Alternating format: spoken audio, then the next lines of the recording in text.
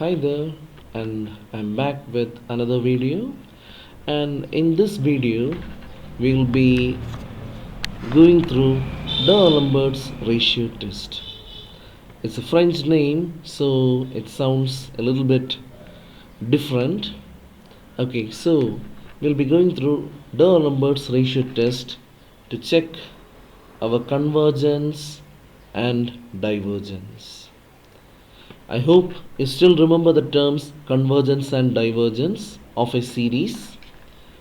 Convergence means the sum of all the terms up to infinity will give you a finite answer. And divergence means if you add all the terms up to infinity in a series, you're going to get what you expect, that is infinity. And there was one more term, that is oscillatory series, but right now we are discussing about positive termed series.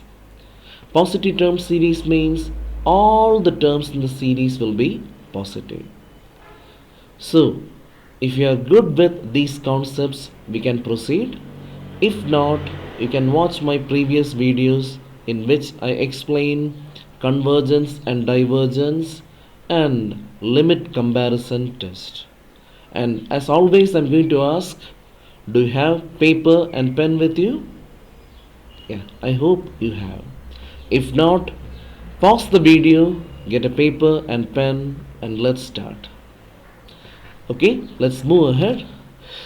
Okay, so as I told you just now, we will go for a positive termed series.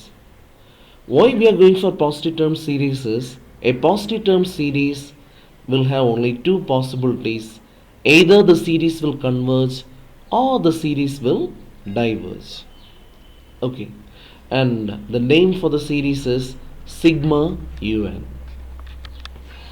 Okay, now what we are going to do is we are going to find the limit.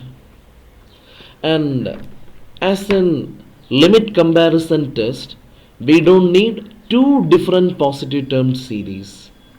We need only the series which is given or the question.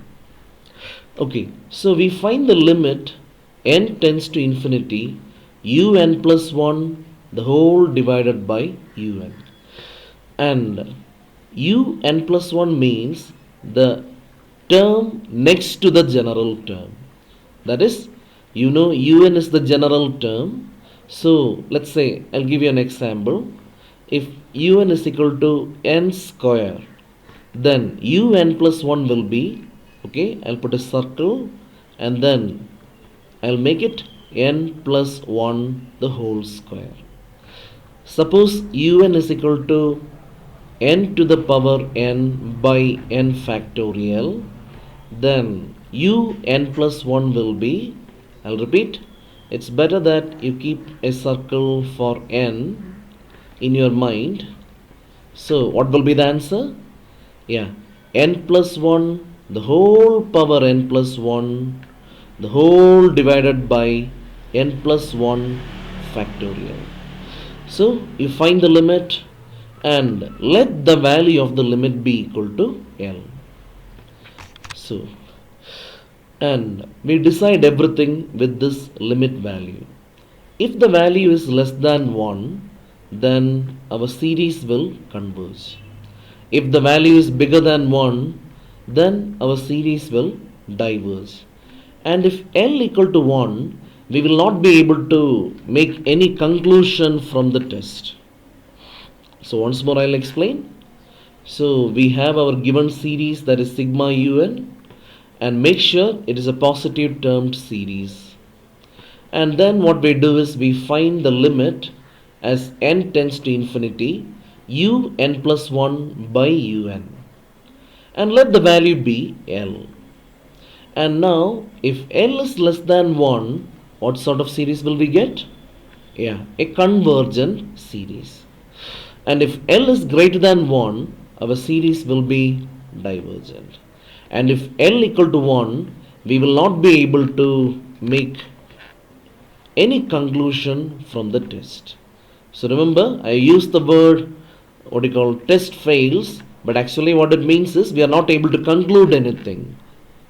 Okay. So in the case when L equal to 1, we will move towards other test. Right now you know only one test, that is our limit comparison test.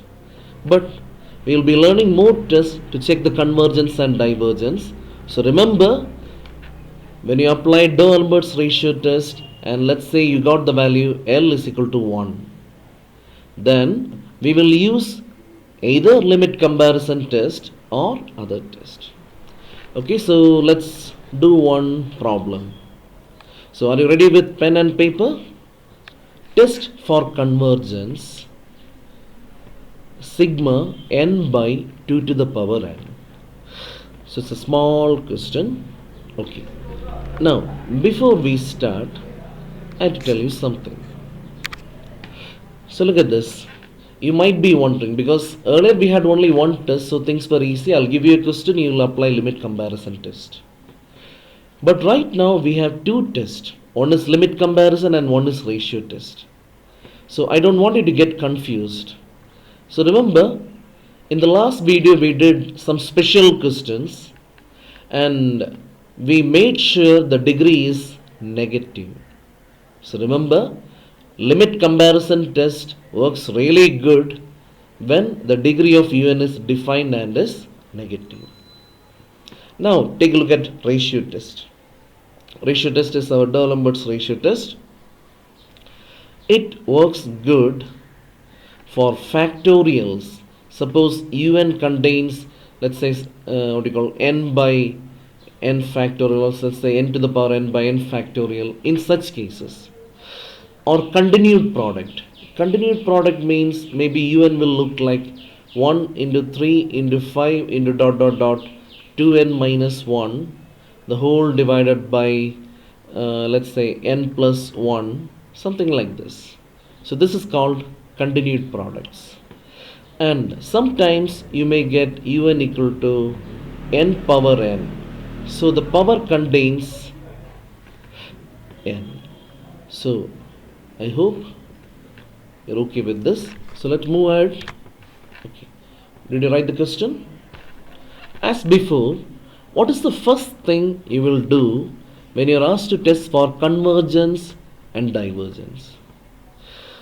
Yes, the first thing to do is you have to give it a name. So let sigma un be the given series. So let sigma un be the given series. Now from here we extract the value of un, and you can see we are not able to find the degree, because basically if you want to find the degree it should be a polynomial in n. It should not be like 2 to the power n. So we are not able to find the degree, or we will not be able to apply limit comparison test easily as before. So no need to worry. I hope you remember the condition of D'Albert's ratio test. I replaced n with n plus 1. Okay. Now what should we do? Yeah, the limit. Remember, the limit in the ratio test is un plus 1 the whole divided by un. The limit in ratio test is un plus 1 the whole divided by un. So that is exactly what we are trying to do. We are going to find the limit. So substituting, I have un here and un plus 1 here. The previous steps, as I told you before, will be on the left side of the screen, so that you don't have to pause the video and go back to the first part of the video, etc. Okay, and I hope you're now good with limits involving infinity. We try to create 1 by n or powers of n. So applying the limits, I hope you got the value 1 by 2. Once more, I'll remind you, make sure you work out the problem along with me. When you listen to a lecture, let it be in your college or let it be in YouTube or let it be in any place, you'll be able to understand the concept. But when you work out the problem by yourself, you'll be more confident with that method or with those type of problems. Okay, so let's continue. So what is the value of the limit? It's 1 by 2. So is it less than 1 or greater than 1? Yeah, it's less than 1. So our series is convergent. That's it. That's it. So we got the answer. So shall we do one more question? Okay, sure. So please write the question. Test for convergence. Test for convergence. Sigma n power n by n factorial. Test for convergence. Sigma n power n by n factorial. So tell me, what's the first thing to do? Yeah, you're right. We have to give it a name. So let's call the series to be sigma un. So we have our series sigma un, and from this we find the general term un. Now what to do next? Okay, I'll strongly recommend, if you have n power n by n factorial or anything, to find the n plus 1 term, you make sure you're putting circles not on the paper but in your mind. So how do you convert this into the next term? I mean un plus 1. Replace each and every n with n plus 1. So you're going to get n plus 1, the whole power n plus 1, the whole divided by n plus 1 factorial. Yeah. Okay. Now, suppose you have 2n plus 1. I've seen many students making mistake with this. And when I ask the next term, many students tend to write 2n plus 1 plus 1. And that is wrong. That is why I prefer the circling method, so that you get 2 into n plus 1 plus 1, and that will give me 2n plus 2 plus 1, which is correct. So make sure you are very careful when you find un plus 1. So let's move ahead. So we have our un plus 1 here, and what's the next thing to do? Next thing or the last thing, you find the limit. And what's the limit? Limit n tends to infinity, un plus 1, the whole divided by un. We have un over here, and we have un plus 1 over here. And I hope you are good with factorials. So what do you mean by 6 factorial? Isn't it 6 into 5 into 4 into 3 into 2 into 1? Yes. So what is 4 factorial? Yeah, 4 into 3 into 2 into 1. Now I want you to focus on this part. Isn't it 4 factorial? I want you to focus on this part. Isn't it 5 factorial? And I want you to focus on this part. Isn't it 3 factorial? So look at this. Any factorial can be written in the form 6 into, suppose I want to stop here, I'll put it as 6 into 5 factorial. If I want 10 factorial to be simplified, or I want the exact value, I'll write 10 into 9 into 8 into, I feel like stopping here. So that's simple, I'll stop. Okay, so now we have something important. Suppose you have n factorial. I hope you don't mind if I write n into n minus 1 into n minus 2 into dot dot dot. We'll keep on reducing it till we see the number 1. At the same time, I want to stop with one term. That's it. So I'll write this as n into n minus 1 factorial. So once more, n plus 1 factorial. I hope you don't mind if I write I hope you don't mind if I write this as into n factorial. Okay, so let's move ahead. So we have our values un plus 1 and un over here, and I applied a power m plus n, which is a to the power m into a to the power n, so that we are able to split, and then n factorial as I told you just now. So it's time. Let's start. So basically, I'm sure you got this step. And a power n by b power n will be a by b the whole power n. So you get this step. And from here, okay, I hope you're good with your high school limits, your high school calculus, and this limit will be e. And you can use your calculator, or you may know the value of limit, the value of e is bigger than 1. So just go ahead and conclude the test. So what's the value of the limit? It's greater than 1. And if it is greater than 1, then what's our conclusion? The series will diverge. So let's move ahead and let's do one more question in Dou-Alembert's ratio test.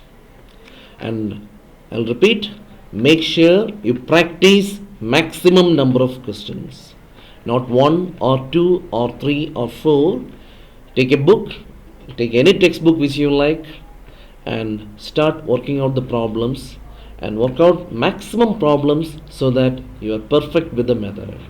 And if you are perfect with the method, when you go for the exam, you will really enjoy. Okay, so let's do one more question. So please write test for convergence sigma n into e to the power minus 2n. So are you ready with your pen and paper? Okay, so tell me what to do first. Yeah, name. So we have given the name sigma un, and then we have the general term. By the way, what is a to the power minus n? Isn't it 1 by a to the power n? So I'm going to change this into e to the power, 1 by e to the power 2n.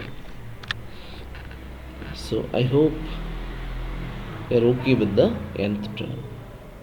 And I'm not going to repeat, but are you able to find the degree? No. So we go for Dou-Alembert's ratio test, and if you want to apply that test, you have to find un plus 1. And I'll strongly recommend the circling technique. So what will be our un plus 1? n plus 1 the whole divided by e to the power 2 into n plus 1. Please be extra careful and put brackets. So simplify, and we are applying the property a to the power m plus n is equal to a power m into a power n. So now what's the next step? Yeah, that's the last step, the limit. And what's the limit? Try to write that limit by yourself, then I'll join you. Did you write the limit? Yeah. Limit n tends to infinity un plus 1 by un. Okay, so let's substitute. You have un on the left side of the screen and un plus 1 on the left side of the screen. So go ahead, substitute, simplify, and you know what to do here. Try to create powers of 1 by n, and finally I hope you got the value 1 by e square. If you're good with the value of e, you can guess If you are not that good, no need to worry. Take a calculator, type 1 by e square. That e button will be just above your natural logarithm button. You will see a button with the function ln, and you will be able to read e to the power just above it. So if you are not that good with the value of e, just use the calculator, find 1 by e square, and you'll find that the value is less than 1. And in ratio test, when the limit is less than 1, what will be our conclusion? Yeah, the series is convergent. Now let's do one more problem and conclude the video, and make sure you're working out the problem with me. So write the question: test for convergence. 1 plus x by 2 plus x square by 5 plus x cube by 10 plus etc. These types of problem are more important. Okay, and I think this is the first time we are doing a problem with variables over here, and that means this is a function. This represents many series. It's not just one series, it represents many series. I can put x equal to 1, that will give me one series. I can put x is equal to 1 by 2, that will give me another series. I can put literally any number for x, I'll get many series. So this is a series function. Okay, anyway, the procedure is like the previous one. So let's give it a name and let's extract the general term. Okay, now to find the general term about the previous trick, the trick I gave you in the last video will not work because it's not an arithmetic progression. But I'm sure you're smart enough to find the trick. Okay, the first thing I'm going to do is I'm going to ignore this number as I find that useless. Okay, so you might be wondering whether I'm allowed to ignore terms in a series or not. Okay, let's think about it. Let's look at the series 1 plus 2 plus 3 plus 4 plus ... up to infinity. And I'm sure you know the answer. It is divergent and the value is infinity. So if I remove this first number, the value might change, but the answer will be still infinity. If I delete the first number, then the answer still remains infinity. Now if I remove two numbers, the answer still remains infinity. So look at this. By removing a few number of terms, a finite number of terms from the first part of a series will not change the divergence. Now let's take a look at the second example. 1 plus 1 by 2 plus 1 by 2 square plus 1 by 2 cube plus etc. So the value of this series is 2. So if I remove the first term, the value will change, but it's going to be finite. If I remove the first and the second term together, of course the value will change, but I'm going to get a finite answer. Even if I remove the first 100 terms, the value will be different, but the answer will be finite. So what I'm trying to convince you is, by removing a finite number of terms from the first part of a series will not affect the convergence or divergence. The value may be affected, but remember, in convergence and divergence we are not interested in the value. We are just checking whether we are going to get a finite number or an infinite number. Okay, so I hope that point is clear. So let's think about the numbers 2, 5, 10. Look at this. Once I ignore the first term, this is our first term. So the numerator is very clear. 1, 2, 3. So I get x to the power n. Now look at the denominator and this one. So I can see 1 square plus 1. and I can see 2 square plus 1, and I'm also able to see 3 square plus 1. So generally it is n square plus 1. And one more small thing, don't forget the circling method when you try to find un plus 1. So I hope you are noting these points. Deleting a finite number of terms from the beginning of a series does not affect the convergence or divergence of the series. So let's move ahead. So I have un plus 1, and I applied what you call a power m plus n to be a power m into a power n, and it got simplified. Now as usual, the final step, that's the limit. And what's the limit? Limit n tends to infinity, un plus 1, the whole divided by un. Just go ahead, use un plus 1 and un, and you know the trick. Create 1 by n or 1 by powers of n. Anyway, we're going to get the limit.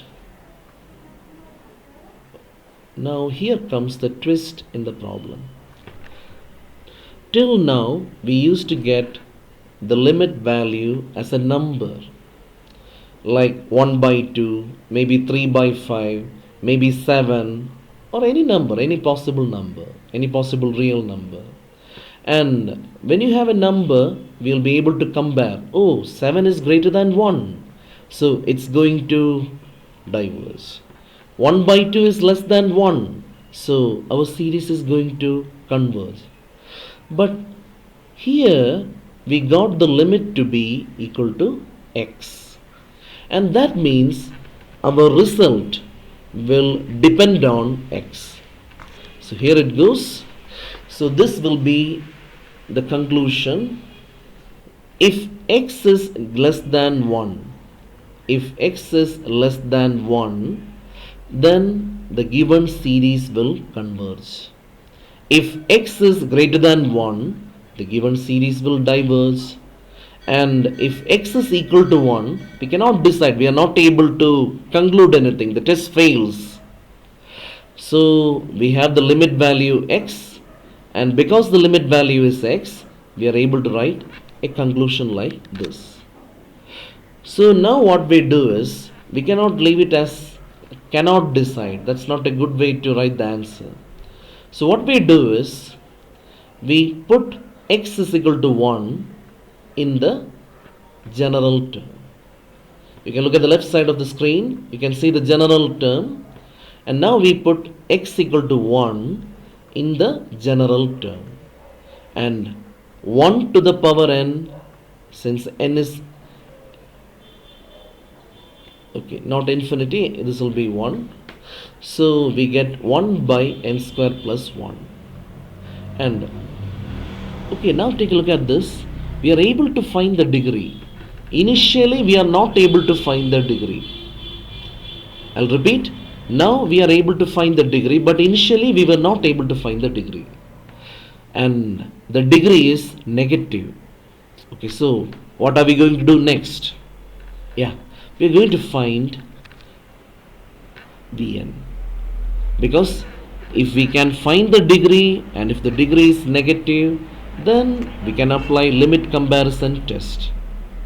So in the case x is equal to 1, we are able to find the degree.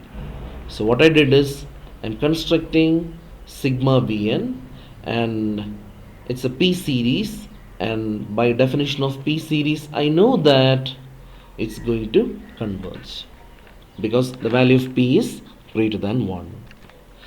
Now let's go for limit. So you find the limit. Un is over here and Vn is over here. So substitute, simplify. Now you are all very good with finding limits. So I'm sure you got the answer 1. And is it equal to 0? No, it's not equal to 0. Is it finite? Yes, it is finite. That means sigma un is convergent. No, wait a minute. Sigma un is not convergent, but sigma un for the particular case x is equal to 1 is convergent. Okay, now I wanted to focus on this thing. Here we wrote cannot decide, but now we are able to make a decision. Look at this step. When x is equal to 1, I can write convergent. So that is exactly what I did here. Now look at this. We are repeating things over here. We are writing x less than 1 convergent, x equal to 1 convergent. So I'm going to combine and write it's convergent if x is less than or equal to 1. So that's it. I'm going to end this video here. So make sure you take a textbook which has problems related to ratio test, limit comparison test, etc. And make sure you work out a lot of problems. And if you have